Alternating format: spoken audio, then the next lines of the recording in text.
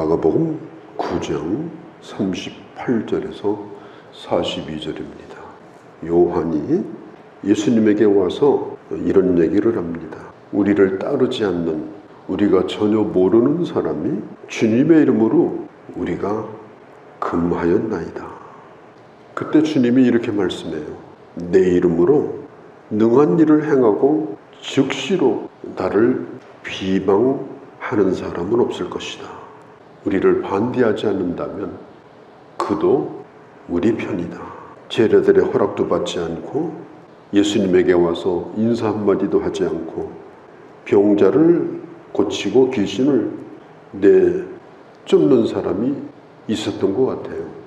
그런데 사실은 우리가 9장에서 이미 보았죠.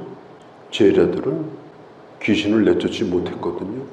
제자들은 과거에는 몰랐어도 지금은 그런 능력이 없었거든요. 그런데 이 사람은 예수님을 가까이 따라다니는 사람은 아니라 할지라도 그는 멀리서나마 예수님의 제자였던 사람으로 추측이 됩니다. 아마 이런 사람들에 대하여 시기심을 품지 않았겠는가, 질투하는 마음이 있지 않았겠는가. 자신들은 예수님의 측근이고 나중에 예수님이 왕이 되면 예수님을 독점하고자 하는 마음, 그런 마음도 있었을 것이고, 그렇게 하다 보니까 다른 사람들에 대하여는 배타적이고, 그리고 자기들 스스로는 우월감을 가지고 행동을 한 것 같습니다. 우리나라에 기독교가 들어올 때 여러 교파에서 들어왔습니다. 장로교도 남장로교회, 북장로교회, 또 캐나다 쪽에서, 또 호주 쪽에서 감리교가 들어왔고 각 교파가 또 들어왔습니다. 근데 너무 감사한 것은 우리 기독교 초기에 이 선교사들이 손을 잡았다는 겁니다. 지역을 다 분배를 해서 열심히 전도를 해서 서로 부딪히는 일이 없었습니다. 이런 모습을 보면서 그때 당시 사람들이 기독교에 대한 좋은 인상을 심어주게 된 것입니다. 오늘날 기독교가 가지고 있는 배타성, 예수님을 독점한다고 생각하고 오히려 교회에 높은 담을 치고 있는 그런 사람들, 오히려 사람들이 하나님 앞에 나오는 데 있어서 하나님 앞에 헌신하고자 하는 사람들에게 방해거리가 되는 그런 경우가 없지 않아 있습니다.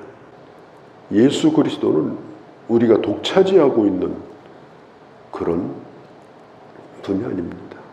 인종이 다르고 문화가 다르고 갓난 어린아이로부터 노년에 이르기까지 그 모든 사람이 또 누구든지 예수를 믿으면 또 그들도 우리의 형제다.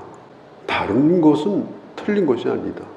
사도 바울이 로마 감옥에 있을 때, 사실 바울이 바깥에 있을 때는 바울 그늘에도 못 들어오던 사람들이 바울이 감옥에 들어가니까 마치 자기 세상을 만난 것처럼 바울보다 더 열심히 전도하고 더 열심히 일합니다.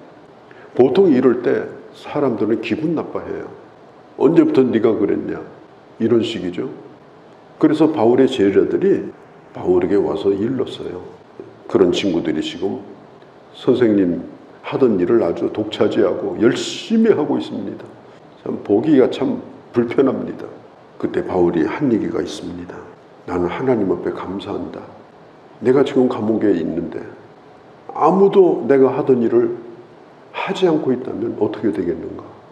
좋은 뜻으로 하건 시기심으로 하건 그것이 중요한 것이 아니라 그들이 지금 하나님의 일을 그렇게 열심히 하고 있다는 거, 얼마나 감사한 거냐.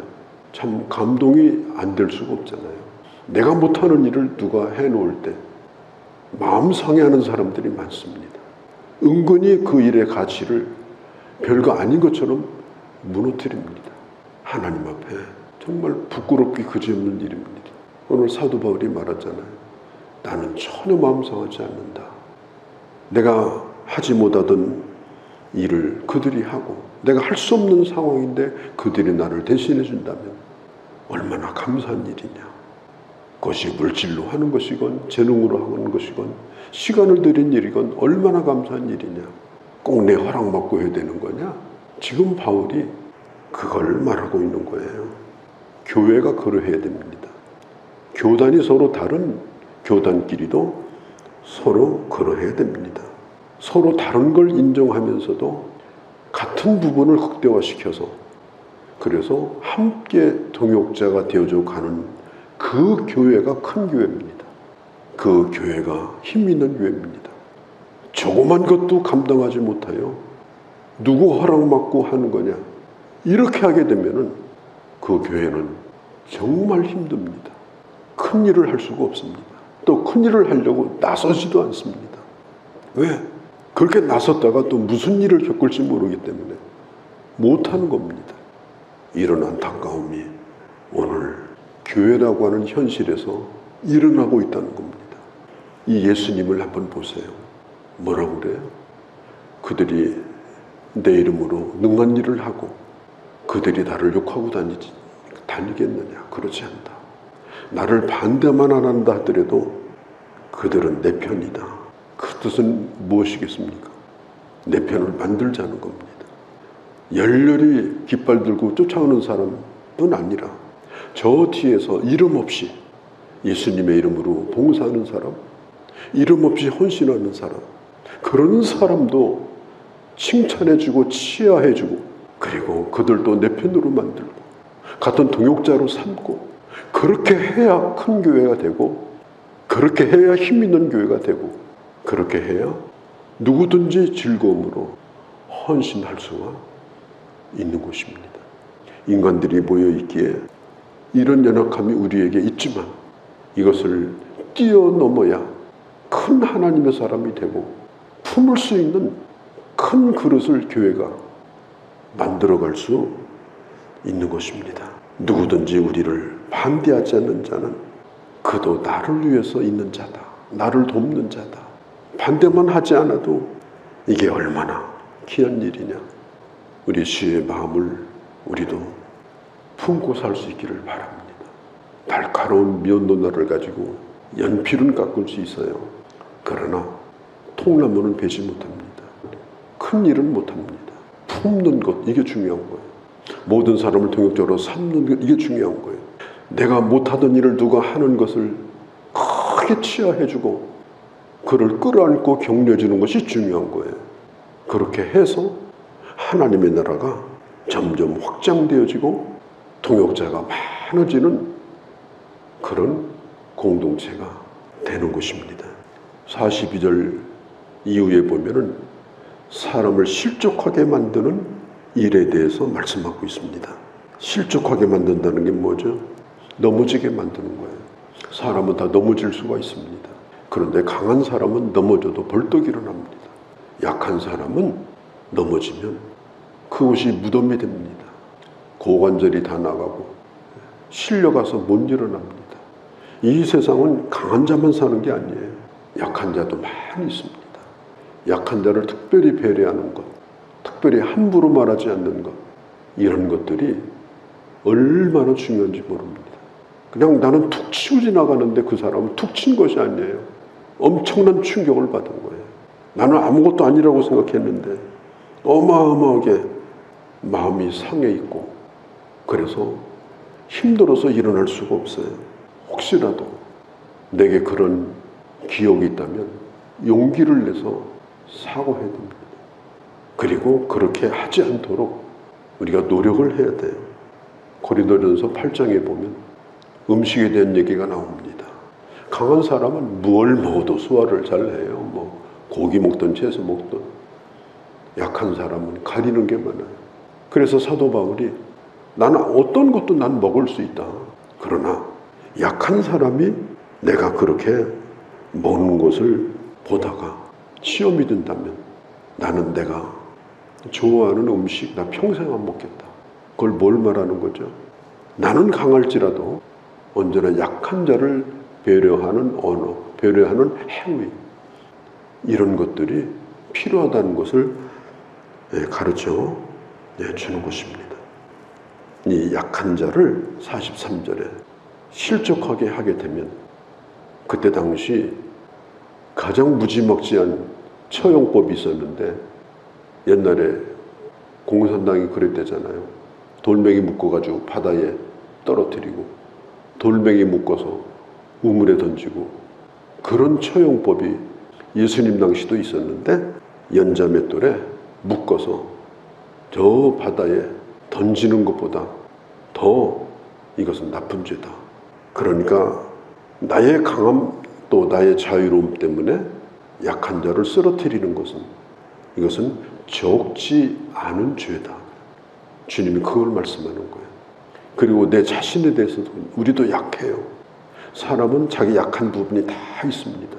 그 약한 부분을 자꾸 건드리면 나도 나 자신을 쓰러뜨릴 수 있어요. 그런 약점이 뭔가를 알고 우리가 스스로 그런 것들을 조심하고 손이 범죄케 하면 손을 잘라내서라도 나를 보호하고 그래서 나도 실족하지 않게 내가 나를 실족하도록 자꾸 죄를 지게 만들고 먹이를 공급하고 나중에는 내가 스스로 헤어나지 못해서 내 자신을 돌멩이에 매달아 바다에 던져버리는 그런 어리석은 일도 하지 말아야 된다. 다른 사람을 실족해 하는 것, 내 스스로를 내가 넘어지게 하는 것, 우리가 이것 두 가지를 조심해야 된다. 우리 주님이 지금 말씀하고 있습니다. 또 한 가지 마지막으로 보면 그 끝에 주님이 어떤 얘기를 하시는가 하면 47절에 지옥에 던지는 것보다 더 나으니라. 이 지옥 모든 사람이 다 알고 있는 것이지만 그것이 사실이지만 누구든지 말하고 싶지 않은 것 그것을 우리가 불편한 진실이다 그렇게 말합니다. 지옥은 불편한 진실입니다. 그러나 예수님은 이 불편한 진실에 대하여 분명하게 말씀했습니다. 여호와의 증인들은 뭐라고 가르치는가 하면 지옥이라는 것은 저 예루살렘 바깥에 있는 쓰레기 소각장이다. 그곳에는 불도 꺼지지 않고 끊임없이 연기가 피어오른다. 이 말은 그냥 소각시켜버린다는 뜻이지 지옥에서 고생한다는 뜻이 아니다. 이렇게 해석을 합니다. 그래서 여호와의 증인들은 지옥이 없다고 가르쳐요.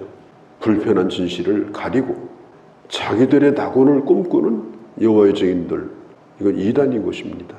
예수님은 말씀합니다. 지옥이 얼마나 처참한 곳이냐. 불로써 소금치듯 받으리라. 주님이 이 9장 마지막 결론을 이렇게 말씀합니다.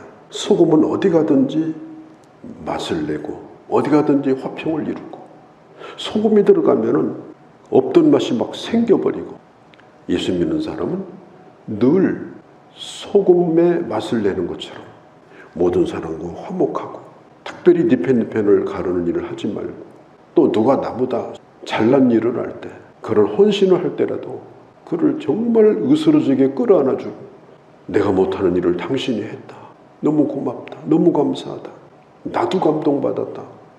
정말 우리가 주를 사랑하고 교회를 사랑하고 하나님의 나라가 잘 되기를 바라는 우리들이라면 오늘 주님이 하신 이 말씀을 우리가 깊이 마음에 새기고 주님의 마음을 품고 주님의 그릇을 가지고 함께 아름답게 주님을 섬기는 그런 주의 사람들이 되어지기를 바랍니다.